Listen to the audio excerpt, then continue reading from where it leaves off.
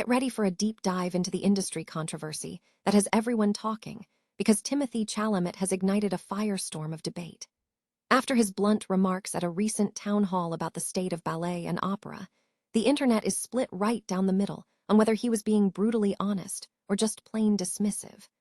We are breaking down why his comments hit such a nerve for performers who live and breathe these demanding art forms every single day. Here's a simple way to protect your phone without stress. This Allen 3-pack comes with tempered glass screen protectors, camera lens protectors, and an installation frame for an easier, cleaner fit. It's clear, case-friendly, and built to help guard against scratches and everyday bumps. Check the link in the comments to get it on Amazon. Before the dust could even settle on that debate, we saw Timothée Chalamet stepping out of the spotlight and into the front row at Madison Square Garden. He was spotted courtside at the Knicks-Hawks playoff game alongside a massive roster of stars including Suni Lee, Ben Stiller, and Julianne Moore. It was a legendary night of hoops with franchise icons like Patrick Ewing and John Starks in the building to cheer on Jalen Brunson. But the fallout from those earlier comments continues to grow as the legendary Charlize Theron has now officially entered the conversation. The actress is calling out Timothée Chalamet directly for his reckless take on dance and opera, and she is not holding back on her criticism. She is using her own background as a trained ballet dancer to defend the discipline and grit required for these industries. Charlize Theron went as far as to suggest that AI might one day replace film stars, but it could never replicate the raw human power of a dancer on stage. Interestingly, the Royal Ballet and Opera is actually thriving after the incident, with head Alex Beard noting a massive spike in engagement and ticket sales thanks to the viral moment. If you want to stay in the loop on all the latest entertainment drama, make sure to hit that like button and subscribe to the channel with notifications turned on. Let's be honest, we've all had that moment where we're tired of pretending. When Timothée Chalamet recently spoke with brutal candor about the grueling realities of pursuing careers in theater, ballet, and opera, the internet did what it does best. It exploded. People called him arrogant, pompous, and out of touch. They labeled him a commercial actor looking down his nose at the classics. But here is the controversial truth. I stand by him. And today, I want to talk about why the outrage machine missed the point entirely. First, let's clear the air. This wasn't some random celebrity throwing stones. Chalamet isn't just a face on a movie poster. He's a trained performer with a legitimate background in the grind. He spent years in the trenches, from off-Broadway plays like Prodigal Son to early dance workshops for Billy Elliot. He knows what it's like to sacrifice, to train until your feet bleed, and to deal with the soul-crushing financial uncertainty of the arts. When he speaks, he's not speaking from a pedestal. He's speaking from experience. See, there is a dangerous, silent expectation in the creative world. If you complain, you're labeled ungrateful. If you point out the systemic issues, the gatekeeping, the nepotism, or the fact that passion literally cannot pay your rent, you're accused of lacking love for the craft. But let's debunk that myth right now. You can love ballet and still admit that the industry is physically punishing and financially unsustainable. You can adore opera and still acknowledge that it has become an elitist, inaccessible bubble for the wealthy. Loving something doesn't mean you have to be blind to its flaws. For many of you watching, Chalamet's words hit home because you are the ones living this reality. You are the artists working 3 side jobs just to afford your next audition, delaying your future, and burning out before you even get a break.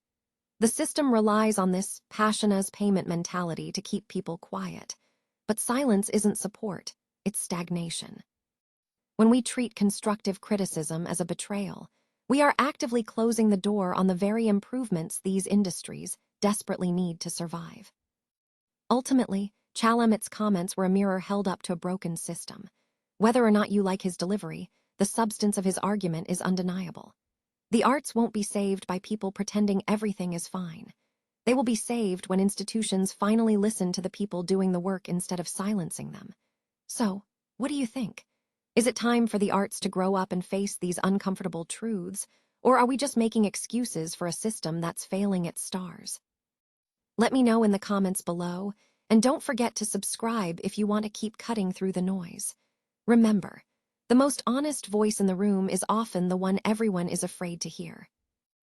If you ever wanted to see where the real power players hang out, you don't look at a boardroom. You look at courtside seats at Madison Square Garden. Game 2 of the Knicks-Hawks series turned into an absolute Hollywood meets NYC fever dream, and the energy in the building was electric. It wasn't just a game. It was a front-row ticket to a star-studded spectacle. We saw the usual suspects holding court. Timothée Chalamet, Ben Stiller, and Christine Taylor were right there in the mix, rubbing shoulders with the likes of Julianne Moore and the legendary John McEnroe. And of course, you can't have a big night at the Garden without Spike Lee, who arrived in a number 14 Pope Leo jersey. Maybe he was looking for a little divine intervention to keep the momentum alive. The list went on, from Jimmy Fallon and Ray Romano bringing the laughs to hip-hop royalty like Fat Joe and Jadakiss. Even Olympic gold medalist Suni Lee has practically made the Garden her second home at this point. But for the true basketball purists, the real treat was seeing the ghosts of Knicks past. Patrick Ewing, John Starks, and Latrell Sprewell were all in the house, reminding us all of the gritty, golden era of New York basketball. Seeing legends like Walt Clyde, Frazier, and Stephon Marbury sitting alongside guys like Mets owner Steve Cohen and Nebraska coach Matt Rule just goes to show that when the Knicks are in the playoffs, the city stops. With Jalen Brunson leading the charge to secure a 2-0 series lead before the battle moves to Atlanta, the pressure was immense, but with a crowd like that, how could they not deliver? So, what do you think?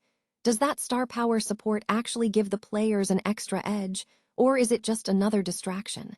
Let me know your take in the comments below, and don't forget to hit subscribe for more courtside updates.